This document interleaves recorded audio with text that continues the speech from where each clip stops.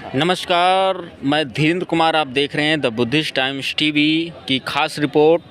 Breaking news. इस वक्त महाबोधि महाविहार मुक्ति आंदोलन में हम हैं और आपको बता दें कि आंदोलन को समर्थन देने के लिए बोध गया मुक्ति आंदोलन को समर्थन देने के लिए पहुंच रहे हैं डॉक्टर बाबा साहब अम्बेडकर के पौत्र प्रकाश राव अम्बेडकर, बाला साहब अम्बेडकर जी अभी कुछ ही क्षणों में कार्यक्रम को संबोधित भी करेंगे, प्रेस कॉन्फ्रेंस से वार्ता भी करेंगे। तो आइए चलते हैं कार्यक्रम की विशेष रिपोर्ट की ओर। उनको हम लोग इसमें कैसे इन्वॉल्व करें? देखिए, ये सिर्फ हम लोग दूसरी तरीके से भी इसको देखना चाहिए, और वो ये है कि इंटरनेशनल रिलेशंस जो होती है, धर्म के नाम से भी या बुद्धिस्ट के नाम से भी एक इंटरनेशनल रिलेशंस बन सकते हैं, तो उसको भी हम लोग ने एक ध्यान में रखते हुए उसको कैसे बढ़ावा दे सकते हैं, और वहाँ की सरकारें जो है उन सरकारों को या उन देशों को हम लोग कैसे इन्वॉल्व कर सकते हैं इसकी भी मेरे ख्याल से सोचना जरूरी है, ऐसा मैं मानता हूँ। और वो एक दफे मेरे ख्याल से हम लोग की राय अगर तय हो गई तो मेरे ख्याल से उसको परस्यू करना आसान होगा। और जिस तरह से अभी एक बात उभर के आ रही है कि रिलीजियस इंस्टीट्यूशंस है और रिलीजियस इंस्टीट्यूशन भी लोगों ने इसको चलाना चाहिए, इस बात को जो है वो मेरे ख्याल से मान्यता मिलती जा रही है देश में। लेकिन हम लोग को भी एक बात इस पर सोचना होगा कि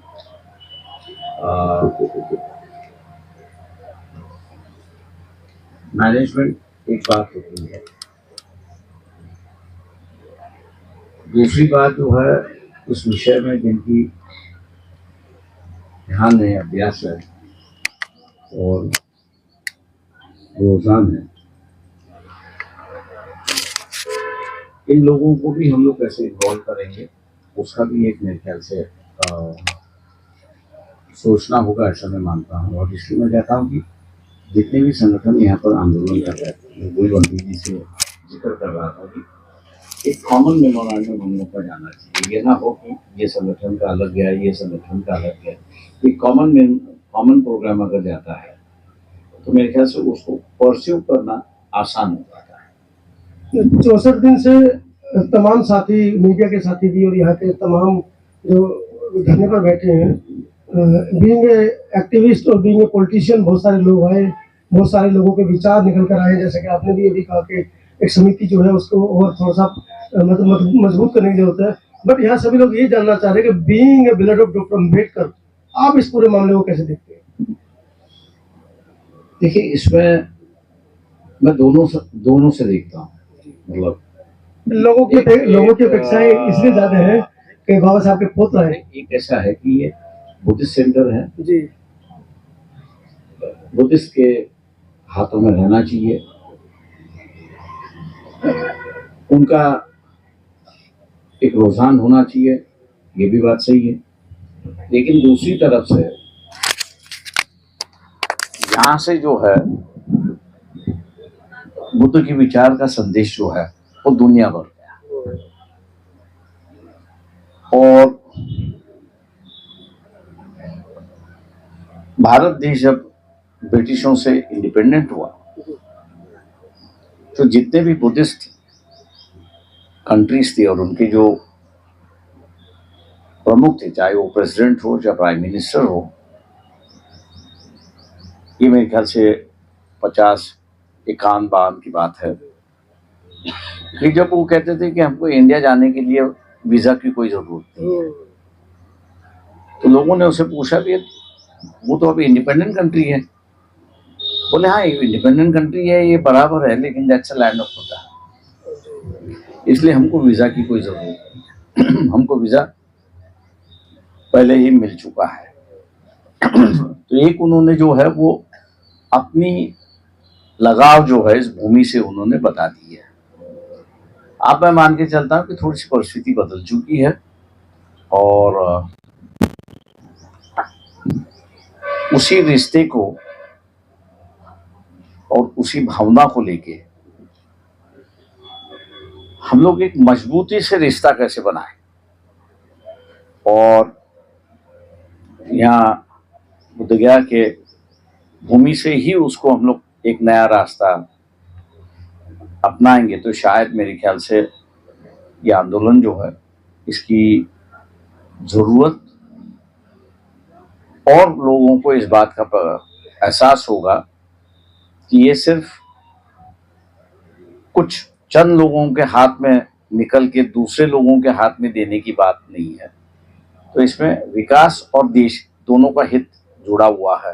आपको नहीं लगता कि बाबा साहब कहते थे मैं ब्रह्मा विष्णु महेश को भगवान नहीं मानता हूँ, मैं दूसरी तरफ बुद्ध की प्रतिमा को तेलिए बाबा, 5 पांडव, इस तरह का पाखंड ये लोग फैला रहे हैं?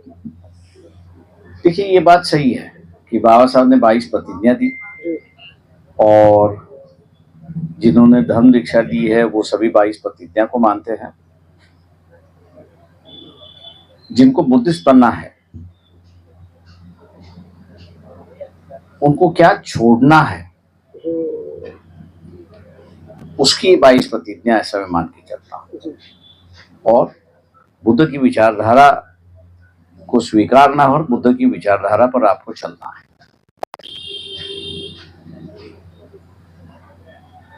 जिन लोगों ने दीक्षा ली वो अब बुद्ध की विचारधारा पर चल रहे हैं, जिन्होंने दीक्षा नहीं ली वो पुराने विचारधारा पर चल रहे हैं। कोशिश हम लोग की होनी चाहिए कि उनको भी हम लोग बुद्ध की विचारधारा पर ले आए। तो इसलिए हम लोग की ये जो कोशिश है इसमें बुद्धगया में मान के चलता हूँ कि एक अहम जगह है, अहम भूमि है और उसका हम लोग कैसे अपनी मूवमेंट आगे बढ़ाने के लिए उसका उपयोग करेंगे या उसको किस तरह से हम लोग ने ढलना चाहिए, इस पर मेरे ख्याल से विचार गोष्ठी होना जरूरी है, ऐसा मैं मानता हूँ। उस मामले को तो आगे हम बढ़ा रहे हैं, लेकिन वहीं बोधगया प्रशासन स्वयं पार्टी बनकर ऐसे भंतों के खिलाफ, ऐसे यूट्यूबर्स के खिलाफ जो इन पाखंड की पोल खोल रहे हैं उनके खिलाफ स्वयं पार्टी बनकर एफआईआर दर्ज कर रही है। देखिए आंदोलन जब चलता है तो सरकार की मिशनरी भी चलती है। कुछ मिशनरी आपको सहकार्य करती है, कुछ मिशनरी आपको विरोध भी करती है। तो it's a part of a game, ऐसा मैं मान के चलता हूँ। तो आपको गेम खेलना है। पानी नहीं है 20 दिन से, क्या गेम खेले साहब? अरे सवाल ऐसा है कि पानी वो नहीं दे रहे, आप ले आ सकते हो। मैंने इसलिए कहा कि ये सवाल ऐसा है कि कुछ लोग आपको सपोर्ट करेंगे, कुछ लोग आपको विरोध करेंगे। इसमें रास्ता कैसे निकालना, ये बड़ा महत्वपूर्ण, ये मेरे ख्याल से हम लोगों की बुद्धि का सवाल है। बुद्धि हम लोग इस्तेमाल करेंगे तो रास्ता निकलेगा। सर बुद्धि इस्तेमाल कीजिए, रास्ता निकालिए। और किसी का प्रश्न है तो पूछ सकते हैं आप लोग। तो ये तो बताओ। हाँ, किसी का। हाँ।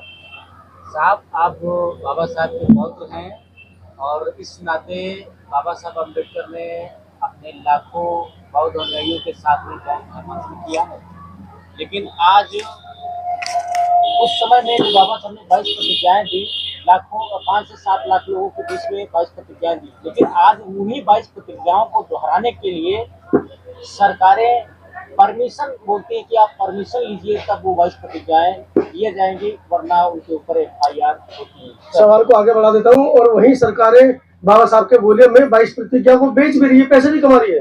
देखिए सवाल ऐसा है कि मेरे ख्याल से मैंने जैसे कहा कि रास्ता निकालना जी। ये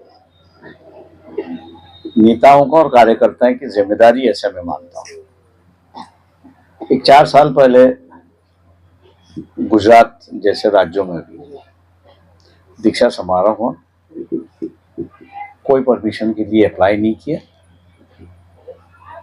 20,000 लोग उपस्थित थे, दीक्षा समारोह हुआ और साथ ही साथ 22 प्रतिज्ञाओं का प्रवचन भी हुआ और उसको लोगों ने अपने साथ दोहराया है। लेकिन उनमें से किसी आयोजक पर ना कोई केस हुई ना कोई कार्रवाई। मैं इसलिए कहता हूं कि हर आंदोलन जो है वो आपको चलाने के लिए सीखना चाहिए। अगर नहीं सीखोगे तो मुश्किल में आओगे। 12 मई के लिए क्या कहेंगे? बड़ी कॉल कर दी गई है बुद्ध पूर्णिमा पे। अब ऐसा है तमाम लोग कि हैं, ऐसा तो- सवाल ऐसा है कि बीच में मेरे ख्याल से उत्तर प्रदेश जैसे राज्यों में भी जी। दीक्षा समारोह हुआ, इसीलिए परमिशन नहीं दी। मंत्री तो गया आपका, एक विकेट तो गिरा मंत्री का। सवाल ऐसा है कि मंत्री का विकेट गिरा, वो उसकी वजह से गिरा है, दूसरे वजह से गिरा है। जी। वो तो अलग बात है, वो तो गिरता रहेगा। जी। एक सवाल मेरा है सर, बाबा साहेब के लिखे हुए संविधान के हिसाब से देश हमारा चलता है और वो इसी में संविधान का आर्टिकल 13 कहता है कि संविधान लागू होने से पहले की प्रक्रिया जो होती है शून्य मानी जाती है। अभी तक बीटी एक्ट 1949 चला आ रहा है, क्या कहेंगे सर? देखिए, बीटी एक्ट को खारिज नहीं किया गया है। जी। आप जैसे आर्टिकल 13 की बात करते हो, वैसे आखिरी आर्टिकल जो कॉन्स्टिट्यूशन का वो ये कहता है कि जितने कानून हैं जब तक उसको खारिज नहीं किया तब तक इस देश में लागू होगा। अब इसमें जो है वो संशोधन करने की बात आ चुकी है और मैंने जैसे कहा कि आप संशोधन किस प्रक्षेप में देखते हो। सिर्फ ऐसा है कि इन 4 जनों को निकाले, उन 4 जनों को लिया है, आप उस तरीके से देखते हो या आपका कोई रवैया है, कोई रुचि है, या आप उसको में और कोई व्यवस्था बनाना चाहते हो। जैसे मैंने कहा, बुद्धिस्ट फोरम कह रही है कि इसको निरस्त किया जाए। मैं यही कह सवाल ऐसा है कि नष्ट भी अगर किया जाए तो उसका रिप्लेसमेंट क्या है, नया क्या बनेगा? नया क्या बनेगा। मैंने 2 चीजें सामने रखी है। एक तो ये बुद्धिस्ट के हाथों में आना चाहिए, एक बात। दूसरी बात, जैसे भारत में बुद्धिस्ट है वैसे दूसरे देशों में भी बुद्धिस्ट है, उनकी भी क्या भावना है ये मैंने आपके सामने रखी कि बोलते कि हमको वीजा की जरूरत नहीं है, हम बुद्धगया जाएंगे आएंगे, हमको कोई सरकार रोकेगी। तो इस भावना को भी देखते हुए उनका भी रुझान इससे हम लोग कैसे ज्वाइन करना चाहेंगे, उस पर भी मेरे ख्याल से विचार होना चाहिए, ऐसा मैं मानता हूँ। चलिए, चलते चलते इस पूरे आंदोलन के बारे में 64 दिन हो गए हैं, उस बारे में क्या आपके विचार है? देखिए, कोई भी आंदोलन आसान नहीं होता है और आप जो आंदोलन की बुनियादी की बात करेंगे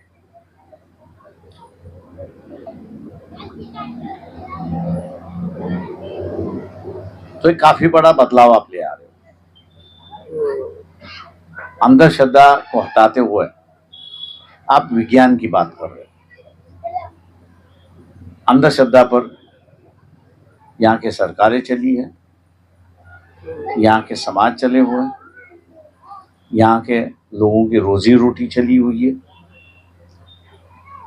तो इसको भी आपको ध्यान में रखना होगा, ये आसान नहीं है, ये एक लंबा आंदोलन है। चलिए, एक बात बस, जिससे कि जितने तमाम साथी बैठे हैं उनमें हर्ष की लहर आ जाए, क्या बीटी एक्ट 49 निरस्त हो सकता है?